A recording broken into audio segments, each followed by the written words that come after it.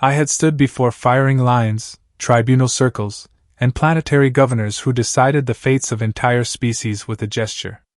None of them unsettled me the way she did when the chamber doors sealed behind us.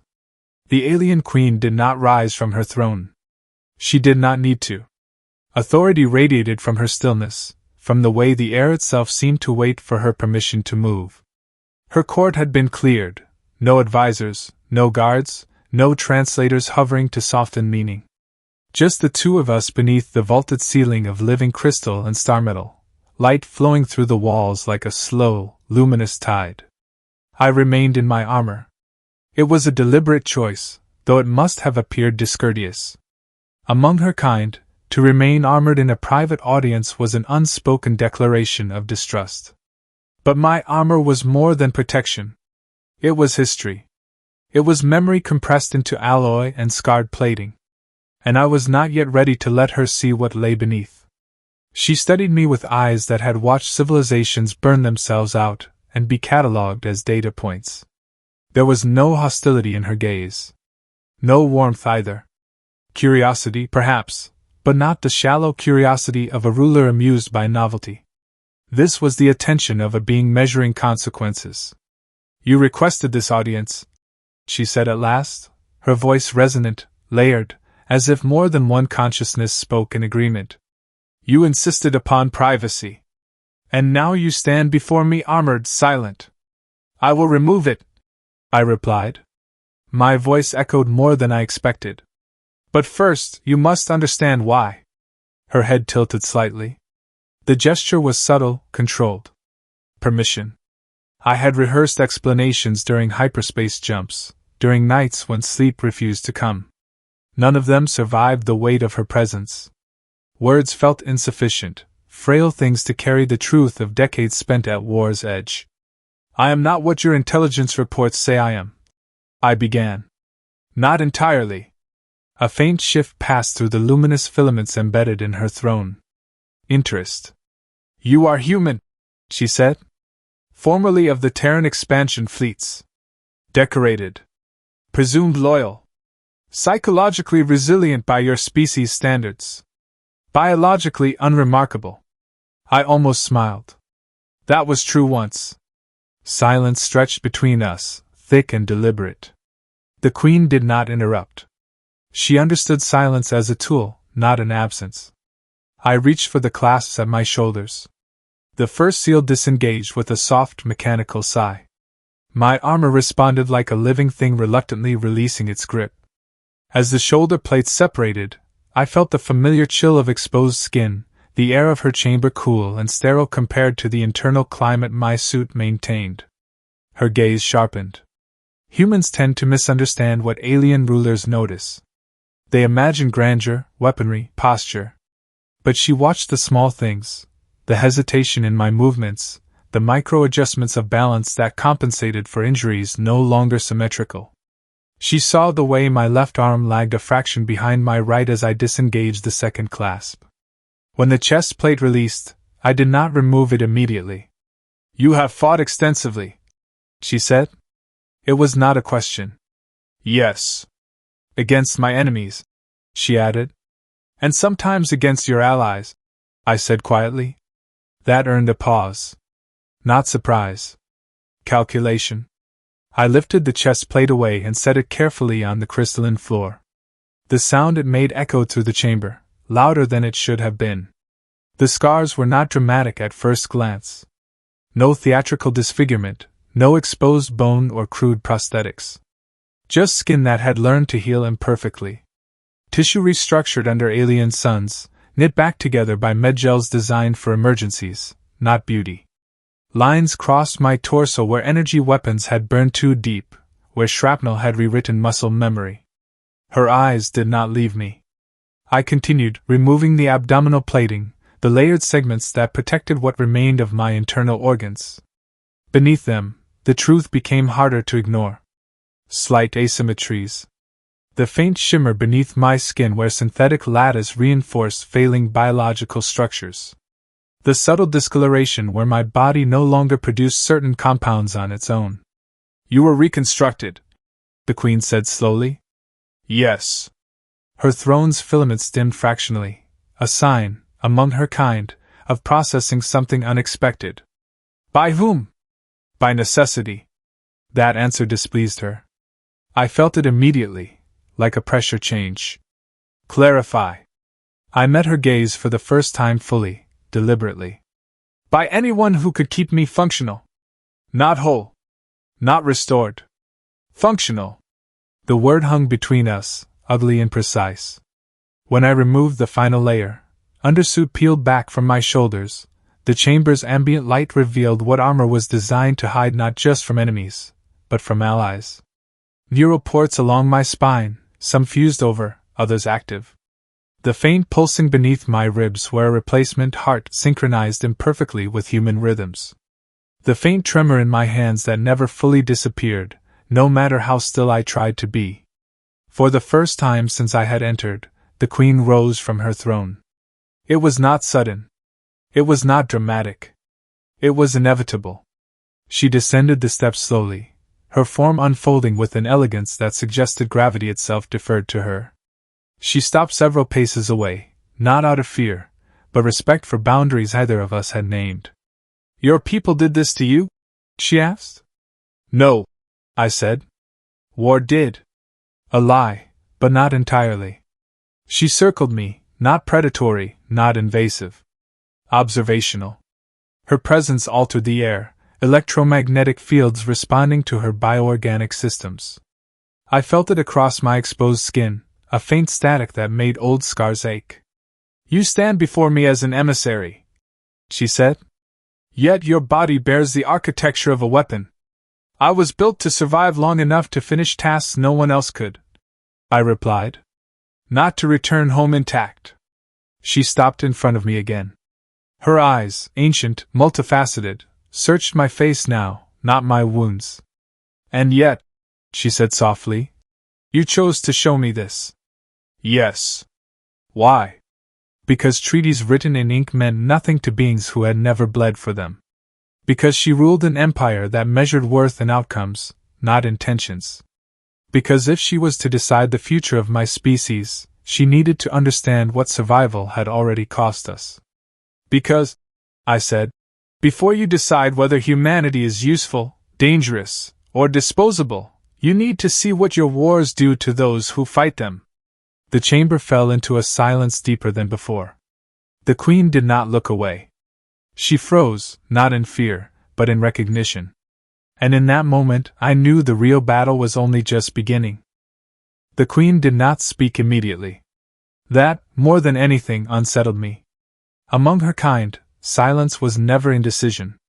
It was verification, internal councils running in parallel, historical models cross-referencing present data, probability trees collapsing into narrower futures. I had exposed my body, but she was dissecting something far more vulnerable, intent. You assume, she said at last, that I have not seen such things before.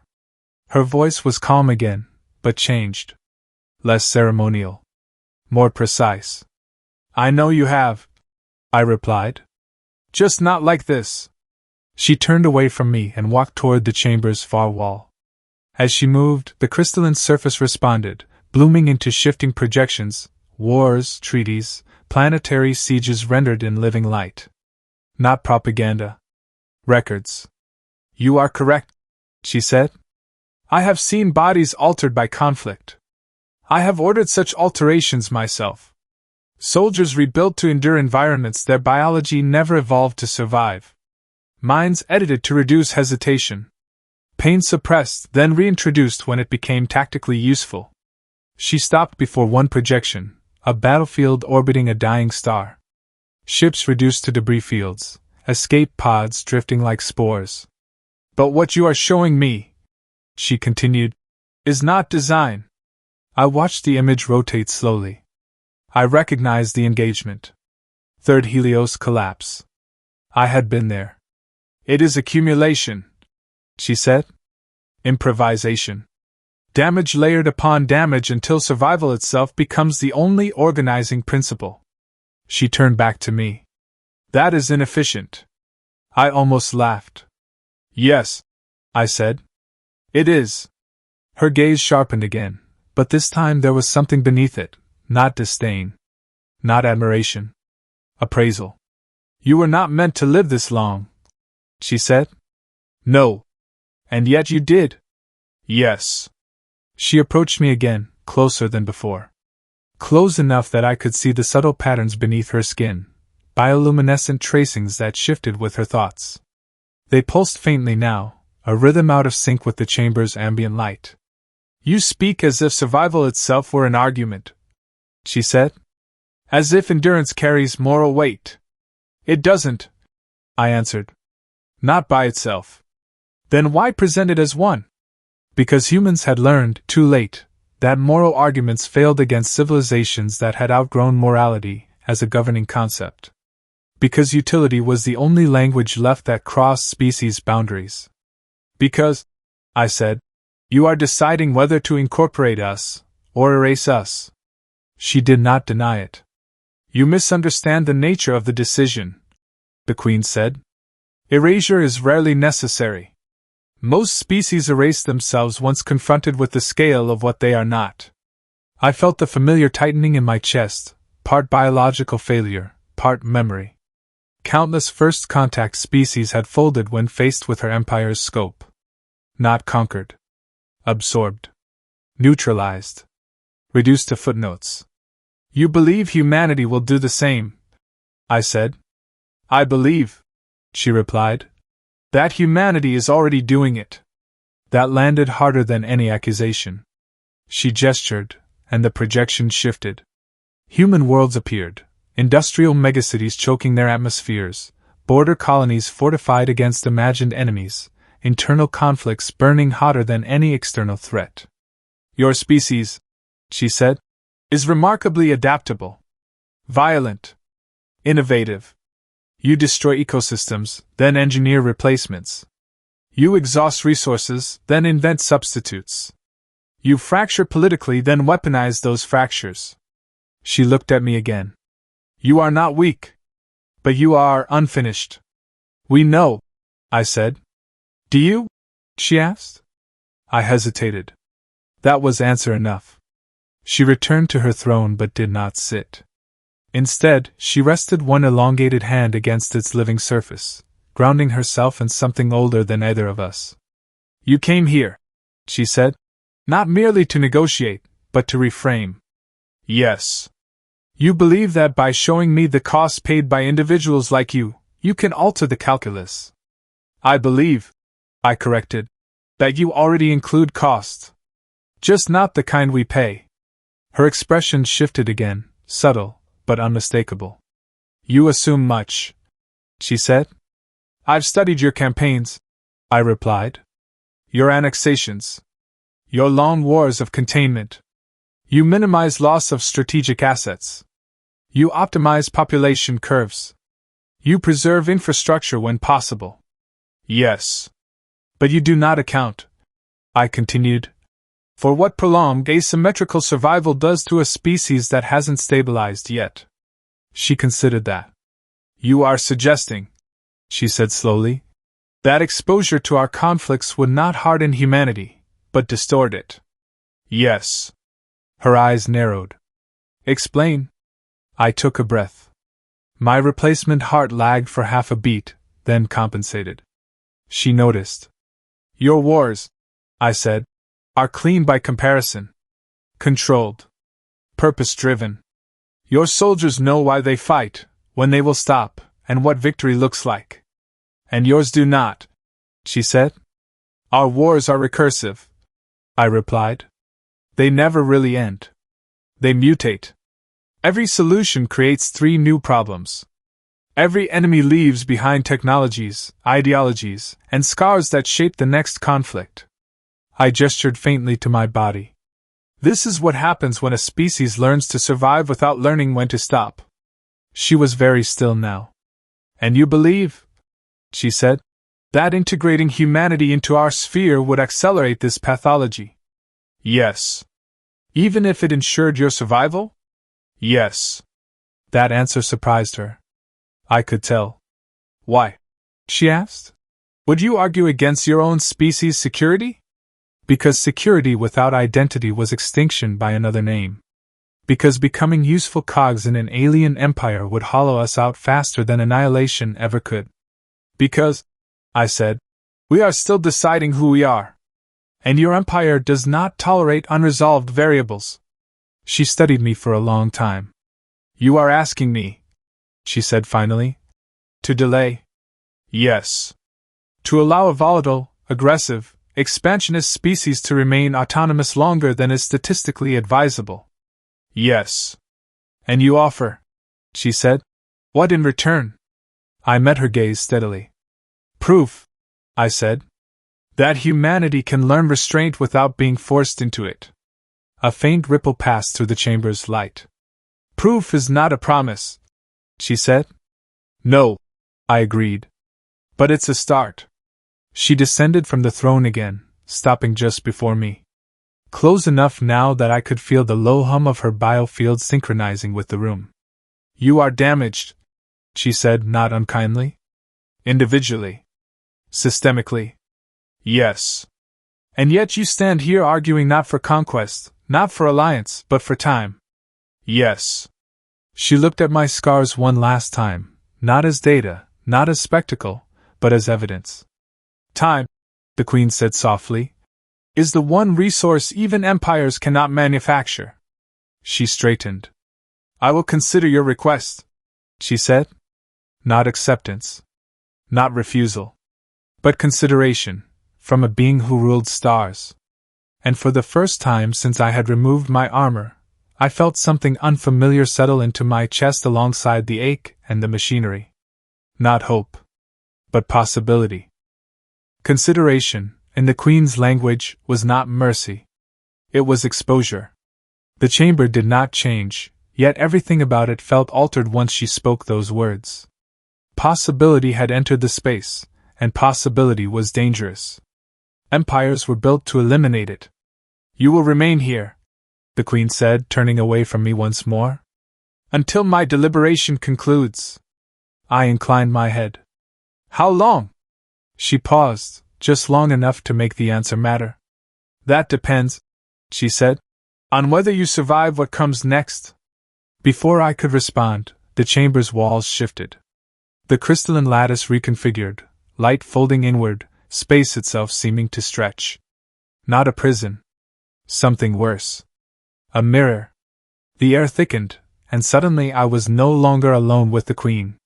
They appeared as projections at first, faint silhouettes, overlapping timelines rendered in ghostly precision. Human figures. Modified. Armored in designs I did not recognize, bearing symbols humanity had not yet invented. Future soldiers. You asked me to consider time, the Queen said, her voice now resonating from everywhere and nowhere.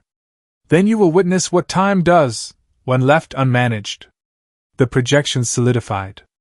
I saw humanity 50 years forward. A border species, nominally independent, but shaped by proximity to her empire. Our technology sharper, cleaner, more efficient. Our bodies less so. Spines reinforced. Limbs replaced before injury demanded it. Neural governors installed to optimize reaction speeds, suppress fear, regulate aggression. Not slaves. Tools. My jaw tightened. This future, I said carefully, assumes assimilation. It assumes survival, the Queen corrected. Your species does not endure passively. You adapt aggressively. Given access to our conflicts, our enemies, our scale, this is the trajectory. The scene shifted. 100 years forward. Humanity fractured into function-specialized subspecies. Void-adapted crews with hollowed bones and radiation-scarred skin. Ground enforcers bred for high gravity and atmospheric toxins. Strategic overseers with expanded cognitive implants, emotions chemically dampened for clarity. No artists. No philosophers. No civilians. Just gradients of usefulness. This is not life, I said. It is persistence, she replied. Another shift. 200 years. Humanity no longer recognized itself as a single species. Identity replaced by designation. Purpose replacing culture. Birth becoming assignment.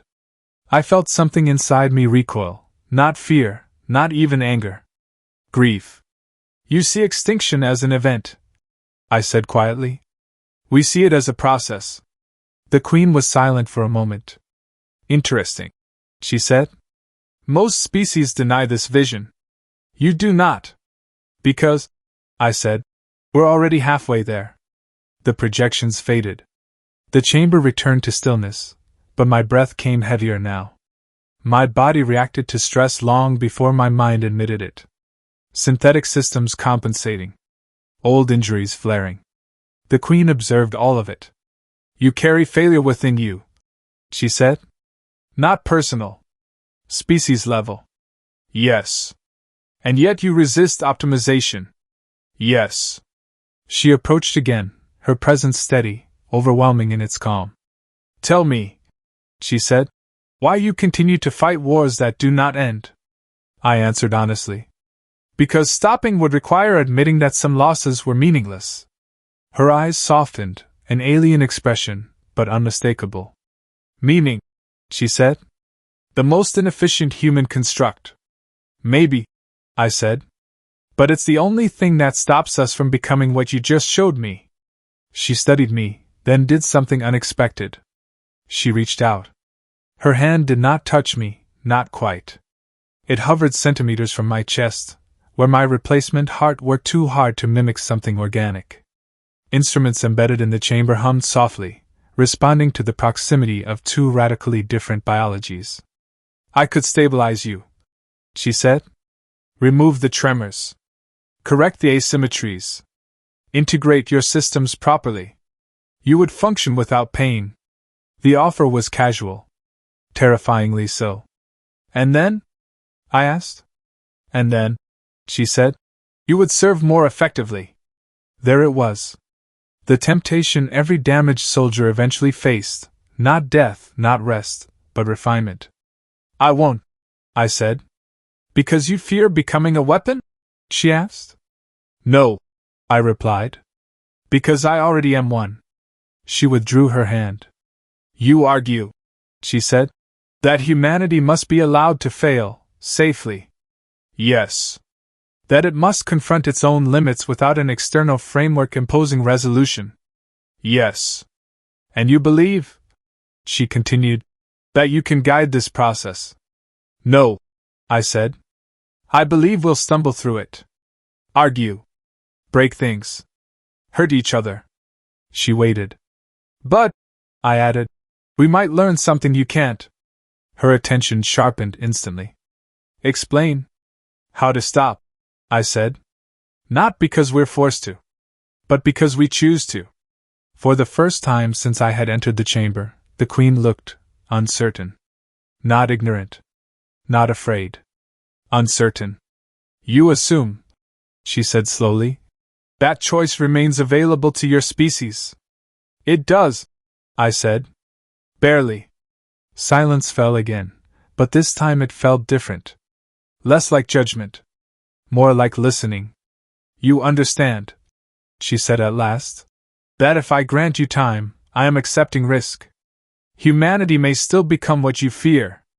Or worse, an uncontrolled variable capable of destabilizing entire regions of space. Yes. And you are willing, she said, to bear responsibility for that risk? I laughed quietly. It hurt my ribs. I already do, I said. Every time I wake up. She turned away, ascending the steps to her throne once more. The chamber dimmed, entering a low-energy state, a sign that no further arguments would be entertained. Then hear this, the Queen said, her voice carrying the weight of epics. I will not decide today. Relief surged through me, sharp and dangerous. Instead, she continued, you will return to your people. My relief vanished. You will carry with you, she said, the knowledge of what awaits you if you fail. Not as prophecy. As probability. I clenched my fists. And when I judge humanity again, she said, it will not be based on your scars, but on what you choose to build instead of them. The chamber doors began to open. You have been granted time, the Queen concluded. Do not confuse it with grace.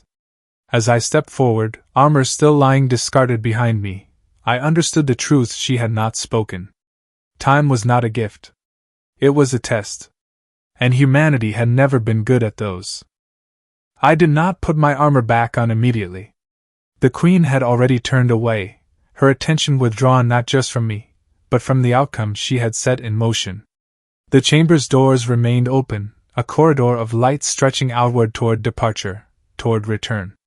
Return to a species balanced on the edge of becoming something unrecognizable. I gathered the armor slowly. Each plate felt heavier than before, not in mass, but in implication.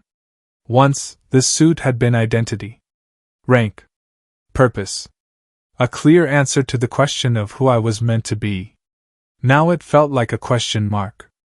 No guards escorted me. No attendants spoke. The Empire did not need to watch someone it had already measured. As I walked through the living corridors of her citadel, systems awakened and dimmed in response to my presence, recording nothing that would matter to historians. I was not a victory. Not a failure. I was a variable. My ship waited in orbit, granted passage without ceremony. As I sealed myself into the cockpit and initiated launch, my body finally allowed itself to react. Tremors returned in full force. Pain systems flared where adrenaline had mass damage. The replacement heart stuttered, then stabilized, its rhythm a reminder that survival was always conditional. When the stars stretched into hyperspace, I let myself breathe. The Queen's vision followed me. Not as images, but as weight. 50 years. 100. 200. Humanity streamlined into function, culture shaved away in the name of persistence. No songs. No wasted time. No hesitation. No choice. I had spent my life fighting enemies I could see. Fleets. Weapons. Ideologies with flags and manifestos. What awaited us now was worse, a future that would arrive not with invasion, but with agreement. When I returned to human space, the reception was exactly what I expected. Suspicion. My report was dissected, challenged, reinterpreted. Admirals focused on the word consideration as if it were leverage. Economists saw opportunity in delayed annexation. Politicians heard only what they wanted. We are not erased. Not yet. No one asked what it would cost to earn permanence. I spoke anyway. I told them what she had shown me, not as prophecy, but as trajectory. I described a humanity that survived by narrowing itself, that won every external conflict by losing everything internally. I showed them projections stripped of alien framing, translated into human terms. Most dismissed it. Some were afraid. A few listened. Change did not come dramatically. It never does. It arrived as resistance to easy solutions, as refusal to adopt certain technologies too quickly, as arguments in chambers where votes were usually unanimous, as soldiers choosing retirement over further augmentation, as engineers asking not can we, but should we, and meaning it. Progress slowed. That alone nearly tore us apart. Civil unrest followed. Border conflicts intensified. Some colonies broke away, embracing optimization, selling themselves as testbeds for the future the Queen had shown me. They called it evolution. We called it a warning. Years passed. I became something uncomfortable, a reminder. Too damaged to idolize. Too visible to ignore. They paraded me when restraint needed a face, then quietly resented me when restraint cost them advantage. I accepted it. Pain became background noise. Systems failed and were patched. I refused full reconstruction every time it was offered. Not out of pride, but principle. I needed my body to remember consequence. So did they. Decades later, when the Queen's empire returned to observe rather than conquer, they found a humanity still flawed, but no longer accelerating blindly toward erasure. Slower. Messier. Arguing constantly with itself. Alive in ways that could not be graphed cleanly. The Queen did not summon me again. She did not need to. Her judgment came not as decree, but as absence. borders stabilized.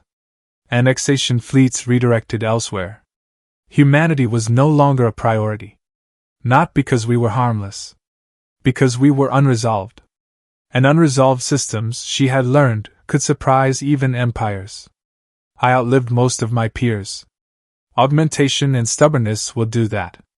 In my final years, children asked me why I never fully repaired myself, why I chose to carry visible damage when better options existed. I told them the truth. Because every scar is a question, I said. And questions keep you human. When I died, it was quietly. No battlefield.